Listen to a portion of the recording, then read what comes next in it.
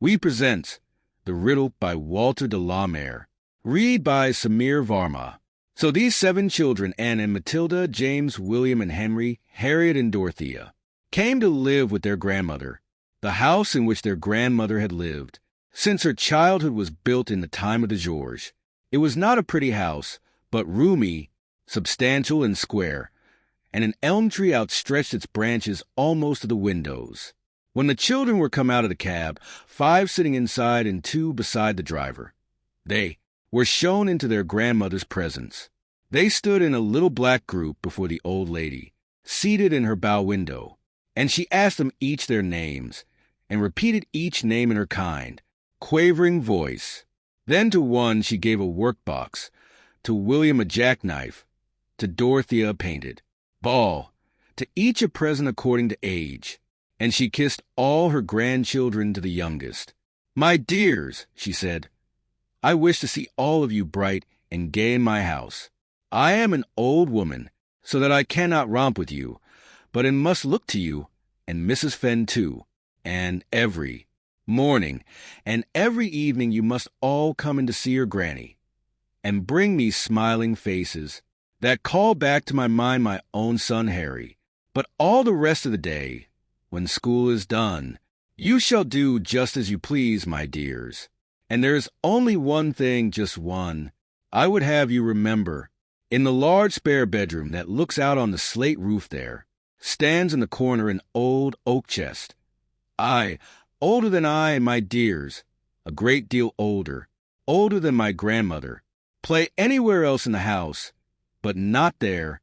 She spoke kindly to them all, smiling at them, but she was very aged, and her eyes seemed to see nothing of this world.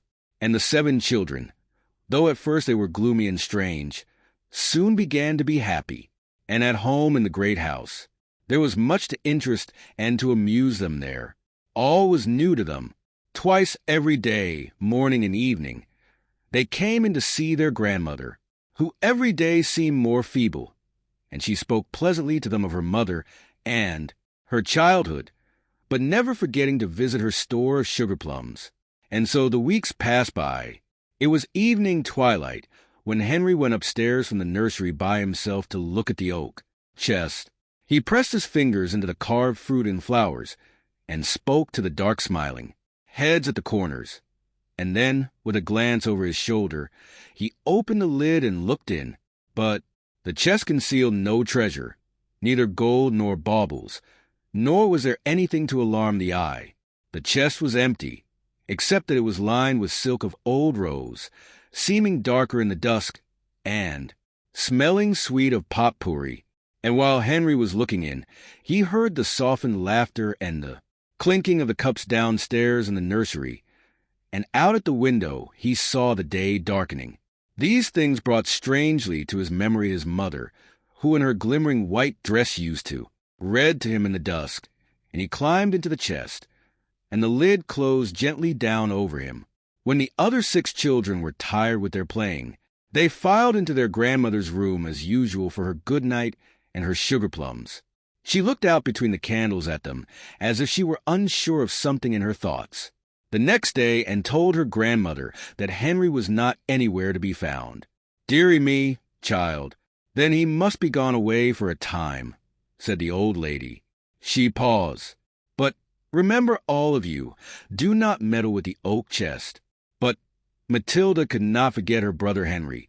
Finding no pleasure in playing without him, so she would loiter in the house thinking where he might be, and she carried her, with doll in her bare arms, singing under her breath all she could make up about him. And when in a bright morning she peeped in on the chest, so sweet-scented and secret it seemed that she took her doll with her into it, just as Henry himself had done. So Anne and James and William, Harriet and Dorothea were left at home to play together.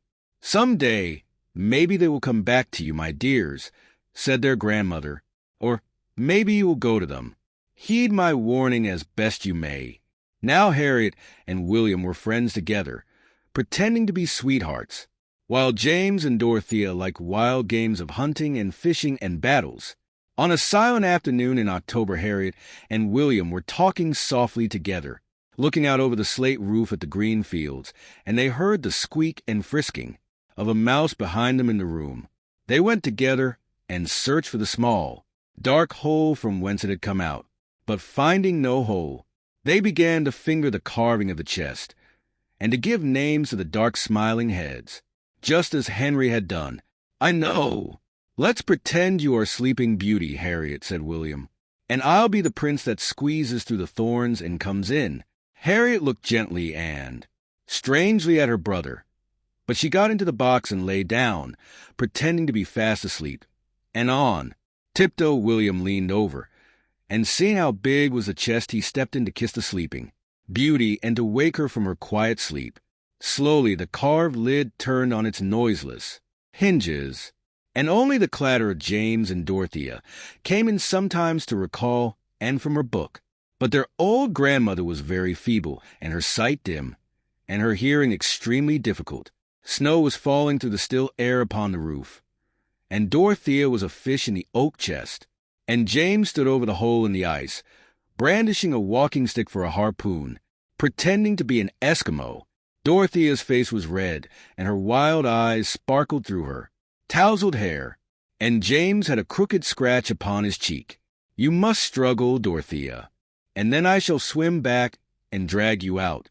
Be quick now," he shouted with laughter as he was drawn into the open chest, and the lid closed softly and gently down as before. And, left to herself, was too old to care overmuch for sugar plums, but she would go solitary to bid her grandmother good night. And the old lady looked wistfully at her over her spectacles. "Well, my dear," she said with trembling head, and she squeezed Anne's fingers between her own knuckled finger and thumb. "What lonely old people we are, to be sure," and kissed her grandmother's soft, loose cheek. She left the old lady sitting in her easy chair, her hands upon her knees, and her head turned sidelong towards her. When Anne was gone to bed, she used to sit reading her book by candlelight. She drew up her knees under the sheets, resting her book upon them. Her story was about fairies and gnomes, and the gently flowing moonlight of the narrative seemed to illumine the white pages, and she could hear in fancy fairy voices. So silent was the great many-roomed house, and so mellifluent were the words of the story. Presently she put out her candle, and with a confused babble of voices close to her ear and faint, swift pictures before her eyes, she fell asleep. And in the dead of night she arose out of bed in dream, and with eyes wide open yet seeing nothing of reality, moved silently through the vacant house, past the room where her grandmother was. Snoring in brief, heavy slumber, she stepped light and surely, and down the wide staircase. And Vega the far shining stood over against the window above the slate roof, and walked in the strange room as if she were being guided by the hand towards the oak chest.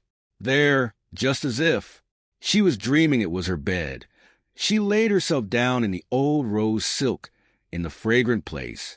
But it was so dark in the room that the movement of the lid was indistinguishable. Through the long day, the grandmother sat in her bow window. Her lips were pursed, and she looked with dim, inquisitive scrutiny upon the street where people passed to and fro, and vehicles rolled by. At evening she climbed the stair and stood in the doorway of the large spare bedroom. The ascent had shortened her breath. Her magnifying spectacles rested upon her nose. Leaning her hand on the doorpost, she peered in towards the glimmering square of window in the quiet gloom, but she could not see far, because her sight was dim and the light of day feeble. Nor could she detect the faint fragrance, as of autumnal leaves, but in her mind was a tangled skein of memories, laughter and tears, and little children now old-fashioned, and the advent of friends and long farewells. And, gossiping fitfully, inarticulately with herself, the old lady went down again to her window seat. Thank you for listening. If you like our recordings, consider liking this video and subscribing to our channel so you don't miss any more audiobooks.